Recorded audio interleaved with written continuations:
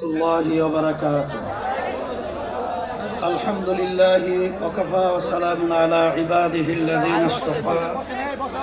أما بعد فأعوذ بالله من الشيطان الرجيم. بسم الله الرحمن الرحيم. ظهر الفساد في البر والبحر بما كسبت أيدي الناس. صدق الله العلي العظيم. সবাই দুরূদ শরীফ পড়ি। আল্লাহুম্মা সাল্লি আলা সাইয়্যিদিনা ওয়া হাবিবিনা ওয়া মাওলানা মুহাম্মদ সাল্লাল্লাহু আলাইহি ওয়া আলা আলিহি ওয়া আসহাবিহি ওয়া বারাক। ইসলামী আন্দোলন বাংলাদেশের সহযোগী একটা সংগঠন ইসলামী যুব আন্দোলন আজকে ঐতিহাসিক সোহরাওয়ার্দী উদ্যানে আজকের যে যুবকরা যে সম্মেলন আমাদেরকে উপহার দিয়েছে, আমি বলবো ঐতিহাসিক ময়দানে ঐতিহাসিক যুব কনভেনশন। লক্ষাধিক যুবক উপস্থিত হয়েছে, আমি যেটা অনুমান করেছি এবং যতটুকু তথ্য আমার কাছে আছে। আমি তোমাদেরকে ধন্যবাদ জানাই, কারণ আমরা যে আশা চিন্তা আকাঙ্ক্ষা নিয়ে আমরা যে মাঠে ময়দানে কাজ করছি, তার আজকে আমাদের আশার অনেকটা বাস্তবতা তোমাদের কনভেনশনের মাধ্যমে তোমরা আজকে আমাদেরকে দেখিয়েছ। শুকরিয়া আদায় করি, আল্লাহ রাব্বুল আলামিন তোমাদেরকে জাযায়ে খায়ের আল্লাহ দান করুন। কথা বেশি লম্বা না করে, যেহেতু আসরের নামাজের সময় একেবারে এসে গেছে, আমি যুব কনভেনশনের মাধ্যমে আমি তোমাদের সামনে যে আয়াত শরীফ তেলাওয়াত করেছি, আয়াতের মাধ্যমে মূলত বোঝাতে চাই, আল্লাহ রাব্বুল আলামিন বলেছেন জেহাদ করো করার মতো। আজকে তোমরা জানো বাংলাদেশ সহ তামাম দুনিয়ার মধ্যে যে নীতি আদর্শ বাস্তবায়নের চেষ্টা চলছে, সেই নীতি আদর্শের মাধ্যমে মূলত দুনিয়াতে শান্তি ব্যক্তি পর্যায় থেকে শুরু করে সমাজ রাষ্ট্র কখনো দেখে নাই, কোনো দিন পায় নাই, পাবে না। একমাত্র একটা নীতি আদর্শ, যেই নীতি আদর্শের নাম হলো ইসলাম। আজকে ইতিহাস পড়লে আমরা দেখব ইসলাম নীতি আদর্শের মাধ্যমেই শান্তির গ্রান্টি দুনিয়াতে, আখেরাতে মুক্তি। তার বাস্তবতা আপনারা দেখেছেন।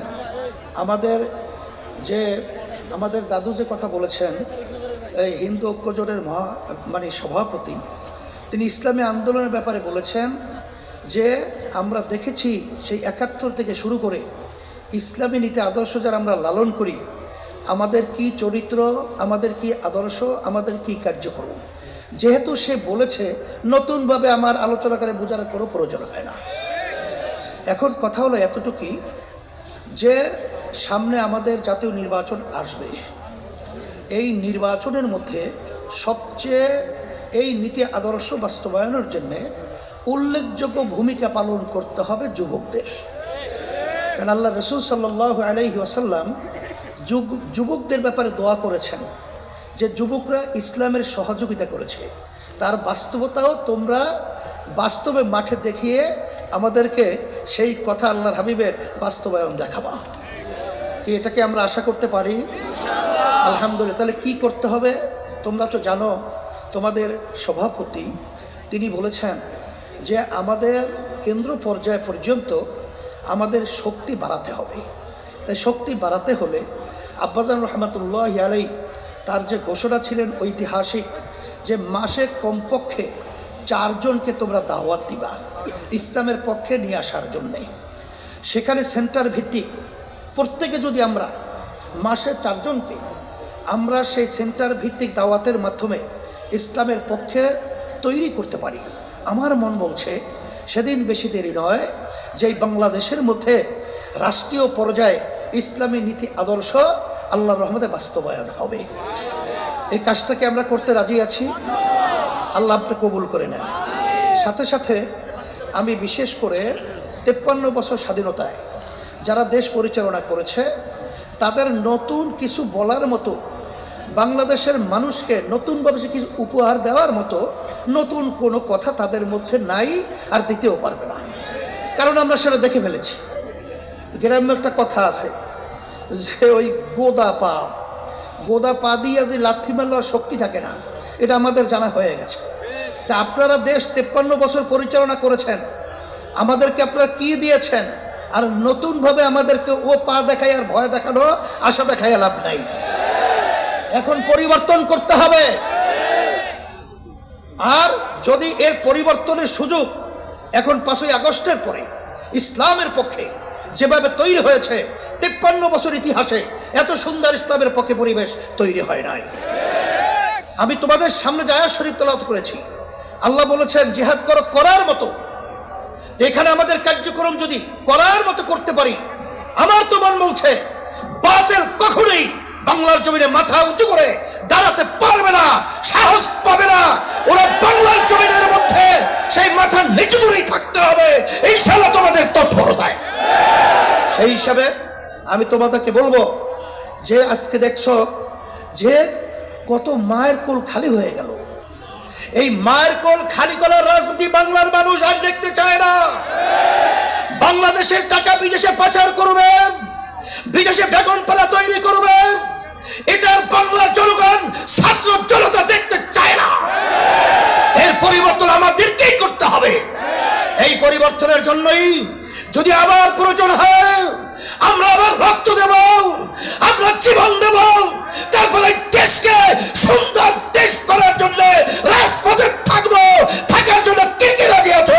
নারায়ে তাকবীর, আল্লাহু আকবার।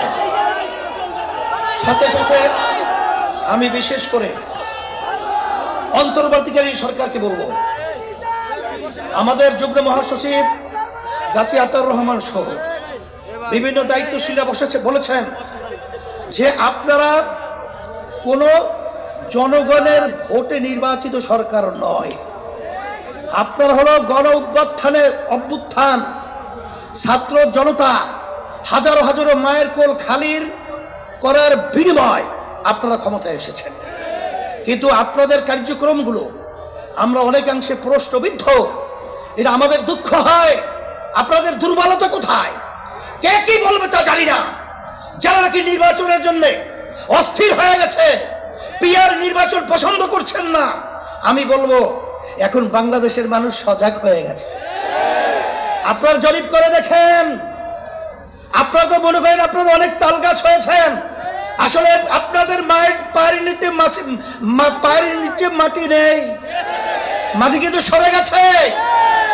এখন এই বাংলাদেশের মধ্যে আর এই চাঁদাবাজদেরকে, এই যারা নাকি জায়গা দখলকারীদেরকে, খুনিদেরকে, গুমিদেরকে বাংলাদেশের মানুষ দেখতে চায় না। পরিবর্তন করতে হবে। সুন্দর পরিবেশ তৈরির জন্য আমাদেরকে কাজ করতে হবে। এই জন্যে আমি বিশেষ করে বলবো, যারা নাকি হাজার হাজার মায়ের কোল খালি করেছে তাদেরকে আবার নির্বাচনের জন্য আহ্বান করছেন। আপনারা কি ইঙ্গিত দিচ্ছেন? এখনো মায়ের কান্না বন্ধ হয় নাই, এখনো মুখদের পানি পানি সেই শব্দ আমাদের কান থেকে এখনো সরে নাই।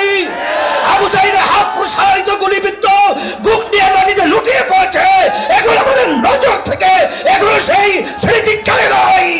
আর আপনারা তাদেরকে নির্বাচনে আহ্বান করবেন, আবার নির্বাচনে তাদেরকে নিয়ে এসে আপনারা ক্ষমতা দখল করবেন। এই ধোঁকাবাজি বাংলাদেশের জনগণ বুঝে গেছে। তাইলে আমরা বলবো, যারা নাকি বিভিন্ন সময় লক্ষ্য করেছি যে আপনারা সাধারণ ক্ষমা ঘোষণা করেন, আবার কেউ তাদেরকে নির্বাচনে আহ্বান করেন, এইসব ধোঁকাবাজি বাংলাদেশের জনগণ এখন বুঝে ফেলেছে। আপনাদের অবস্থান পরিষ্কার করতে হবে। আপনারা এই স্লোগানের মাধ্যমে কাদেরকে খুশি করতে চান এটা কিন্তু বাংলাদেশের মানুষ বোঝে। আর এই পাশের আমাদের যে রাষ্ট্র রয়েছে, নিয়ম ছিল বন্ধুত্ব সুলভ আচরণ আমাদের সাথে করবে, কিন্তু তাদের আচরণে আমরা বন্ধুত্ব পাই নাই। তাদের দোষদেরকে খুশি করবেন এবং তাদেরকে নিয়ে আপনারা ক্ষমতায় যাবেন না, এটা কখনোই হবে না, আর হতে দেওয়া যাবে না। আর পিআর সিস্টেমের মাধ্যমেই বাংলাদেশে জাতীয় সরকার গঠন হবে। আপনারা কেন চাচ্ছেন না? আপনাদের ভয় কোথায়?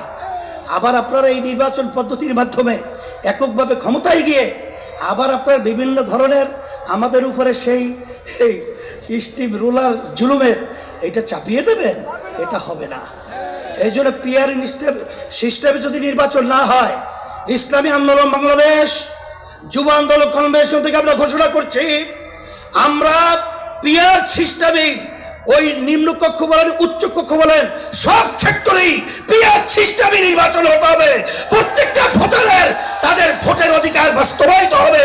বাংলাদেশের জাতীয় সরকার হবে, নারে আমাদের আন্দোলন করার প্রয়োজন হলে আন্দোলন করব, সংগ্রাম করব, পিয়ার সিস্টেমে নির্বাচন বাস্তবায়ন করে ছাড়ব ইনশাআল্লাহ। নারায়ে তাকবীর। 24-এর যুব আন্দোলনের কমিটি বিলুপ্ত ঘোষণা করা হলো, 25-এর যুব আন্দোলনের নতুন কমিটি ঘোষণা